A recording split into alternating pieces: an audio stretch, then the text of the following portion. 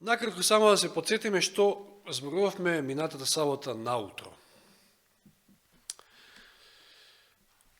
Кажавме дека Господ го создал човекот од прав земски. И, значи, нешто што е најневредно, рековме, можел, имал на располагање, и можел, ако сакал, да го искористи златото. Ама не. Зел, да кажеме така, се наведнал лично тој, за разлика, значи, од се друго што создал со својот здив, со здивот на својот уста, со својот збор, се наведнал и го обликувал човекот од прав земски. Интересно, денеска ми дојде така во мисли, доека ја проучувавме пуката со кипот. Како беа распоредени оние металите? Од највредниот, горе, главата злато, па сребро, па бронза, па железо, и на крајот железо измешано со што? Со глина, со кал. Тоа е најневредно, најдоле за тоа. И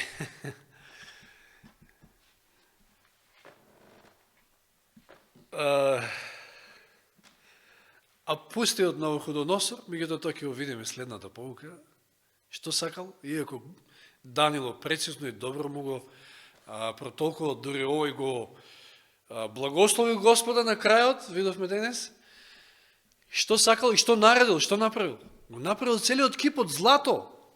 Тоа е човекот. Ако сум јас злато, а сигурно се гордел со тоа, тогаш ја ќе бидам вечен. Моето царство ќе биде вечно. И нема никојаш да дојде друго царство после моето. Ти не си Бог. И видите, ќе видиме таму и во 4 глава што Господ направил. Мислам, тоа ни е многу добро познато со него. Значи, требало добро да го искрши. Не било доволно тоа што денеска слушнаме дека го благослови Господа, го признал и така натаму, но требало уште неколку моменти да се случат во неговиот живот, да добро биде искршен, понижен, за да го признае Господа. И рековме, значи, ние самите по себе, посебно во падната состојба, сме прав, немаме некаква вредност. Но Господ не создал според неговиот лик. Тоа е вредноста на човекот. И затоа и сме создадени, да го прославиме Господа. И, за жал, после падот во грев, ги читавме тие стихови во 3 глава Битие, каде што Господ му се обреќа на човекот, на Аврама, и му вели: прав си и во прав ќе се вратиш. Но, фала му на Господа, што не возлюби со таа вечна љубов, не остави сами на себе, не остави тука се да заврши, туку веднаш се стави во акција и целата негова идеја на планот на спасението е да го поврати во нас тој Божи лик. Таа вистинска вредност. И минатиот пат спомнавме дека иако од една страна, за да се држиме понизно, за да не се величаме налик на Навуходоносор или на мнози на други великани, мислам цареви и така натаму, и не мора да бидат цареви, тоа е во природата на човекот да се велича, да се гордее, да се фали. Тоа од една страна, меѓутоа од друга страна, сите ние сме во Божји очи како бисери, како драгоцени камења, затоа што тој го гледа оној потенцијал, односно го гледа она што може да го направи од нас. И фала му на Господа за тоа. Сега ќе стартуваме, ова го напомнав за да го поврзиме она што вечерва ќе го кажам. Вечерва ќе стартуваме со стих од прво послание до Коринќаните, кој што неодамна и го читавме. Прво послание до Коринќаните, 6 глава, 19 и 20 стих. Многу добро нам познати стихови.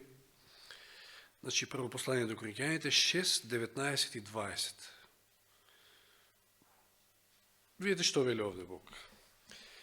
Или не знаете дека вашето тело е храм на Светиот Дух, кој е во вас, кого го имате од Бога, па не си припаѓате, овој превод не е добар само на себе си, па дури и другиот ревидираниот. Испаѓа како да ние си припаѓаме и на себе, ама и на Бога. Не.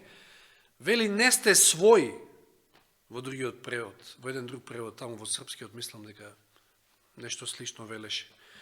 Значи, ние комплетно не си припаѓаме на себе си. Целосно. Зошто скапо сте купени и така прославете го Бога во своето тело и во својот дух, кои се Божји. Еве, вториот стих потврдува, значи и духот и телото се Божји. Ние не си припаѓаме на себе си. И вели, скапо сте купени. Како тоа купени? Зошто овој израз купени? Зошто купени? Од кого купени? 2 Петрово 2.19.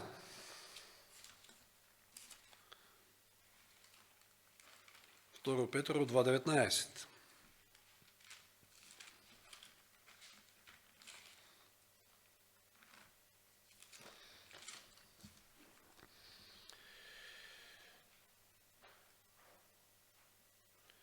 Им ветуваат слобода, а самите и робуваат на расипаност, зашто од што е некој победен, на тоа му робува. Адам и Ева сгрешија.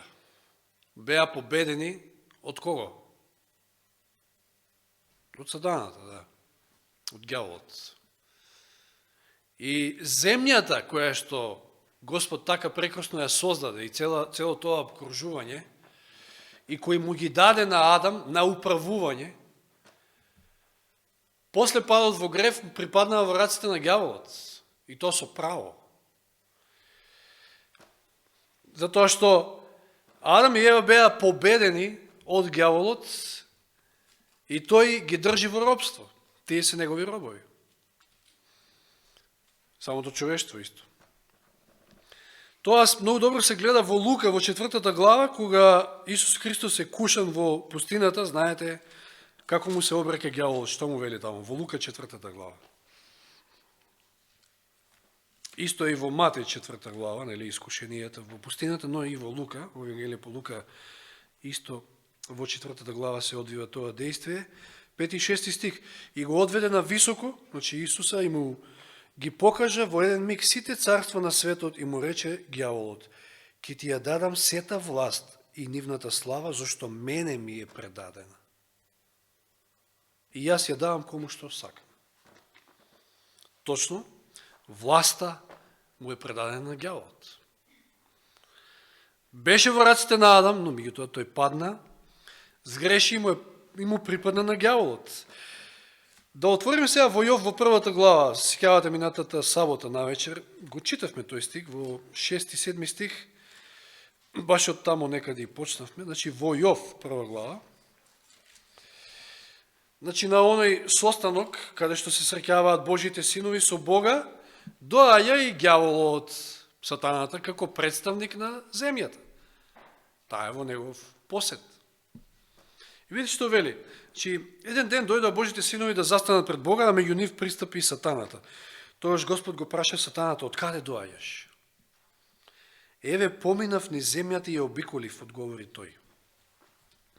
И да, минатиот пат во еден друг контекст спомнавме што значи ова. Ова значи дека ѓаволот е работлив, не седи, не спие. Значи ја шета земјата попреку, на широко, надолж, ја обиколува, но ова и нешто друго значи. Ако отвориме во Битие 13 глава, каде што Господ разговара со Аврам и му кажува дека му е дава во ветување ветената земја, и видите што му вели, 13 глава, Битие 17 стих. Прва Мојсева, значи 13 глава, 17 стих. Али претходно му кажува за потомството, дека ќе му направи како правот земски, да никој не може да го избори. 17 стих вели: стани, помини ја земјата надолж и на широко, зашто тебе ќе ти ја дадам. Значи, што му вели Бог на Аврама? Однесувај се како да е твоја, со вера. Значи, помини ја надолж на широко. Твоја е, ќе ти ја дадам. Значи, во оваа прилика во Јов, при оваа средба тука, горе на небото, некаде, рековме дека сигурно не е близу каде што Бог престојува, туку некаде, не знаеме, не е одредено, затоа што таму ѓавот немал пристап кај Бога горе на небото, меѓутоа можел да пристапува на други места. Значи, се среќаваат и сатаната вели ја поминував земјата, ја обиколував. Со други зборови, затоа што е негова, моја е. Негова собственост. Сега да отвориме во Дела апостолски.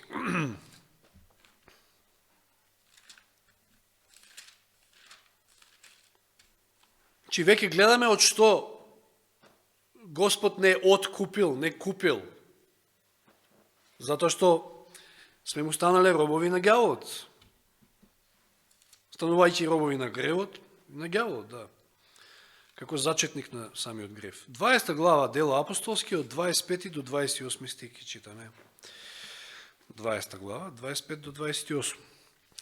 И еве сега знам дека сите вие меѓу кои поминав, проповедајќи го Царството Божјо, не ќе го видите веќе моето лице. Затоа ви сведочам, овде Павле говори, затоа ви сведочам во овој ден дека сум чист од крвта на сите вас, зашто не пропуштив да ви ја соопштам целокупната Божја намера. Внимавајте на себе и на целото стадо, во кое Светиот Дух ве постави, за надгледувачи, за да ја пасете Божјата црква, која тој ја придоби со својата крв. Еве сега полека ја откриваме и цената на откупот. Слично на ова е и стихот во 1 Петрово, 1 глава, 18 и 19 стиховите. 1 Петрово, 1 глава, 18 и 19. Знаете дека не сте откупени со распадливи нешта, со сребро или со злато, од својот суетен живот што ви е предаден од вашите татковци, туку со скапоцената крв на Христа како невино и чисто јагне. Не сме своји, скапо сме купени, ниту со сребро, ниту со злато, со никаква вредност што нешто вреди овде на оваа земја, туку со скапоцената крв на Исуса Христа. А што представува крвта? Еве сега малку по да ги разјасниме овие работи. Откупени сме со неговата крв. Во крвта што е? Левит 17:11. Животот. Значи, откупени сме со Христовиот живот. Тоа го воспоставивме, тоа и го знаеме, меѓутоа со цел да ја постигнеме поентата сега, да отвориме во Битие 2 глава 7 стих, читаме. Се некако вртиме околу овие стихови, све сме некако во Битие. Многу има тука што да се извлече. Битие 2:7. Господ Бог го обликува човекот од земниот прав и му дувна здив на живот во носалките, така човекот стана жива душа. На што присуствуваме овде? На создавање на живот. Ова беше еден стих кој што им го цитирав на овие полицајкиве вчера, која зборувавме за тоа дека не постои бесмртна душа и тие рекоа, ова колку е логично. Значи, ова е многу пологично од оно што ние го знаевме. Па викам, Библијата е едноставна и логична. Господ овде создал живот. Го создава Адам, подоцна нели и Ева. Колку го чинело Бога? Што потрошил, колку потрошил Господ за да го создаде човекот? Еве така да се изразиме. Што искористил? Прав земски. Не е некоја нели вредност, а да не речеме дека ништо не го коштало, ама ете, ситница, ништо. Од правот земски, му дувна дах животен и човекот стана живот душа. Создал живот. И не само човекот.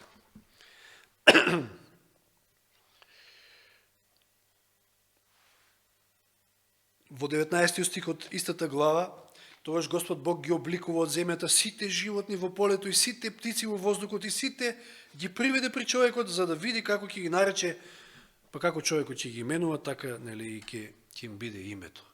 Кој знае каква работа имал Аврам, Адам, се извинувам, на првиот ден кој бил создаден, На колку илјадници животни име требало да им даде. Ја не знам колку видови денеска постојат, а колку постоеле па тогаш, затоа што многу имаат изумрено и исчезнале од оваа планета Земја. Се сеќавате во изминативе денови додека се следат пожарите во Австралија, дури се спомнуваше дека можно е и таму да исчезнат некои видови заради пожарите. Како и да е, значи, илјадници, на сите тие живот им дал Господ. Колку го чинило сето тоа, Господа? Рече лав, бидна лав, рече крава, бидна крава и така натаму и така натаму. Ништо посебно. Псалм 36:9. Псалм 36, 9 стих. Во тебе е изворот на животот. Се што постои на оваа земја, ама не само на оваа земја, многу пошироко. Се што постои живо во оваа вселена, му го должи својот живот кому? На Бога. Бог се создал. И не само што му го должи својот живот, туку Бог и го одржува во живот. Сето тоа. Од најмалото, намалиот комарец или не знам што можеме ние да приметиме со око, а што пак не можеме, тоа веќе Сето тоа му го должи својот живот на Господа и сето тоа Господ го одржува во живот. И тоа кој? Не таткото. Што вели во Колосијаните? Ајде да отвориме Колосијаните. Што мислите, кој го создал Адам? Кој се наведнал да го оформи? Не се викал тогаш Исус Христос, ама тоа е Исус Христос. Колосијаните, 1 глава, 16-17 стих. Овие стихови не ни оставаат никакво недоумица, не оставаат во недоумица да се прашуваме кој што. 16-17 од 1 глава Колосијаните. Зашто во него, се мисли на Исуса Христа во контекстот, е создадено се што е во небесата и на земјата. Видливо и невидливо, било престоли или господство или началство или власти, се е создадено преку него и за него, и тоа е пред се и се во него има свое сплотување. Се стои во него, вика ревидијаниот превод, или се живее во него. Тој одржува се. Неверојатно, значи. Целиот живот околу нас. Па и, што знам, колку илјадници галаксии се само во нашиот систем, а колку галаксии има, постојано научниците со некои нови тамо телескопи откриваат. И колку ли живот има во оваа наша вселена. Ние трагаме се уште да најдеме некаде живот. Знаете, ја дури гледав некој документарец и па дури го снимив, као за да го изгледам подоцна малку повнимателно, ама што ќе го гледам? Тоа се фантазии човечки. Единствен начин да ние преживееме како човештво е да населиме некоја друга планета. Да создадеме, ние ќе сме создале услови, пример на Марс, и сега они тоа прават опити тука на Земјата, не знам, од некоја пустина, од не знам што, па прават тамо. И се молам. Ние ќе сме создадале услови, ние ќе се правиме богови на Марс и ќе се преселиме некој ден тамо и така ќе обстанеме. Пошто нели веќе гужва е веќе тука голема пренаселеност.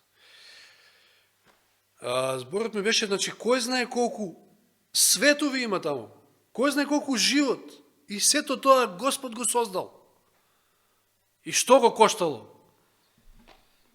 И интересно е што се одржува во живот и, да речеме, тој негов живот не се троши, нема е нешто на него тешко, па сега што го одржува борчета или зоките, не знам, во живот тука.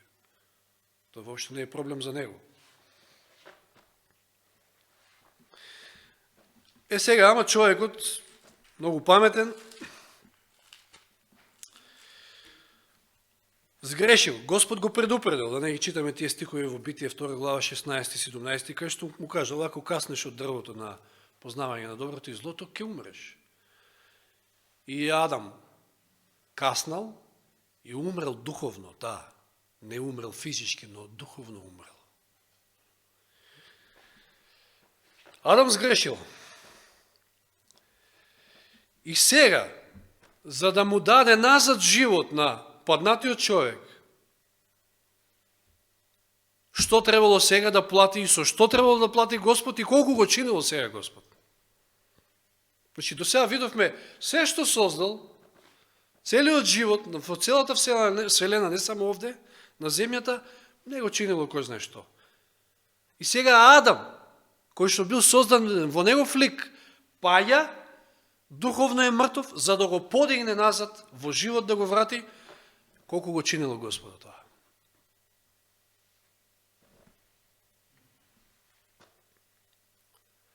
Па требало да го даде и го дал својот единороден син, кој што требало да загине и загинал, го дал својот живот на крстот. И сега некој ќе рече, Господ создал се. И сега заради еден Адам таму, на една планета Земја, он треба да го даде својот син, кој што треба да го даде својот живот за Адам. Од Адам се подразбира, нели, целото човештво и сите ние. Или Бог не знае да ги вреднува нештата, или толку многу не сака, таа негова љубов е толку голема што ние не можеме да ја разбереме. Ова второ е. Што вели Јован 3,16? Зошто Бог толку го возлюби светот, ама тоа ако го ставиме, ако го примениме лично, и можеме да го примениме, затоа што само за еден, ајде да ги кажеме двајца, Адам и Ева, ама тоа било на почетокот еден, Господ одлучил и го дал својот син. Тоа е во планот на спасението. И Елен Вајд кажува на многу места, дека Господ и за еден ќе го направил истото. Значи, Господ толку го возлюби светот, односно Господ толку го возлюби милета, што го даде својот единороден син. Или трајчете, или било кој од нас. Неверојатно, ова е тешко да се свати. Затоа планот на спасението ќе го проучуваме во сета вечност. Затоа што е толку тешко сватлив. Каков е тој Бог? Кој е тој Бог? Толку животи создал. И уште создава, ама за Адам, ама за човекот, видите колку тоа го коштало него. Значи, постоењето на целата вселена не го чинело толку Бога, колку што нашето спасение го чини. Ние сме повредни за Бога од било што би ни паднало на памет, замислите си. Ако сме прав, ако сме создадени од прав, ете, тука е нашата вредност. Господ ја дава, ја воспоставува нашата вредност. Тој што купува нешто, тој ја дава вредноста. Го дал својот единороден син. И колку го чинило тоа? Па Господ дал се преку Христа. Така вели Елен Вајд. Давајќи го Исуса, тој, каде ми беше тоа само? Ни ги дал сите небесни богатства. Така вели сестра Елен Вајд. Преку Христа, давајќи ни го Христа, ни ги дал сите небесни богатства. Замислите си, Господ ни го дава Христа и со тоа ни ги дал сите небесни богатства. Колку му останало? По таа логика ништо не му останало. Тој дал се за нас. Каква е нашата вредност? И сега многу е мизерно ај пред тоа мизерното да прочитаме нешто побаво. Да се вратиме во Колосјаните и да прочитаме во контекст малку пошироко. Значи, претходно прочитавме дека се е преку него создадено и за него создадено. Тоа беа 16-17 стих, ама да читаме од 12 сега стих. Ќе ги прочитаме сите пак и 16-17. Значи, Колосјаните 1 глава од 12 до 17. Да му благодариме на Бога, кој не оспособи за учество во наследството на светите во светлината. Да му благодариме на Бога со други зборови што не спаси. Тој не избави од власта на темнината и не пресили во царството на својот возлюбен син. Не откупи од власта на ѓаволот, во кого имаме откуп преку неговата крв, простување на гревовите. Тој е образ на невидливиот Бог, првороден на секое создание, зашто во него е создадено се што е во небесата и на земјата, видливо и невидливо, било престоли или господства или началства или власти, се е создадено преку него и за него, и тој е пред се и во се, и во него има свое, се во него има свое сплотување. Колку убави стихови. Каква вредност имаме ние во Божите очи? Сега, тоа што кажав, колку е мизерно. Значи, кога Елен Вајд вели дека преку Христа ни ги дал сите небесни богатства. И на Господа нема останало ништо, значи ни дал се, а ние не можеме да му дадеме се од она нашето. Ќе му дадеме нешто, ама нешто ќе си задржиме за себе. Како јас на почетокот, тоа е така повпечатлив пример во мојот живот, а не дека нема такви примери се уште во мојот живот, не дека јас сум дал се. Ни ги изнесува овие лекциите брат Делчо таму дома кај мене, ние четворица млади, и дојде некако муабетот до, сум ја кажал тоа, касетите со музика. Не. Се ке дадам, ама музиката моја не ја давам. Тоа беше мојата прва реакција. Нема шанси. Дојде време и тоа го дадов. Барем мислам. И верувам дека така. Затоа што знаете каква е таа моќна, таа сатанска музика. Денес, како некаде поминете и слушнете некоја нота од тоа што се го слушале, автоматски почнувате да пеете. Веднаш во главата зборовите. Па откаде ми дојде она, прошлиот пат кога зборувавме за долговештост и така натаму, страшна гњаважа у животу, доживети стоту. Тоа е тоа што сте слушале некојаш. И така, имаме еден куп примери. Господе, се може, ама тука не чепкај.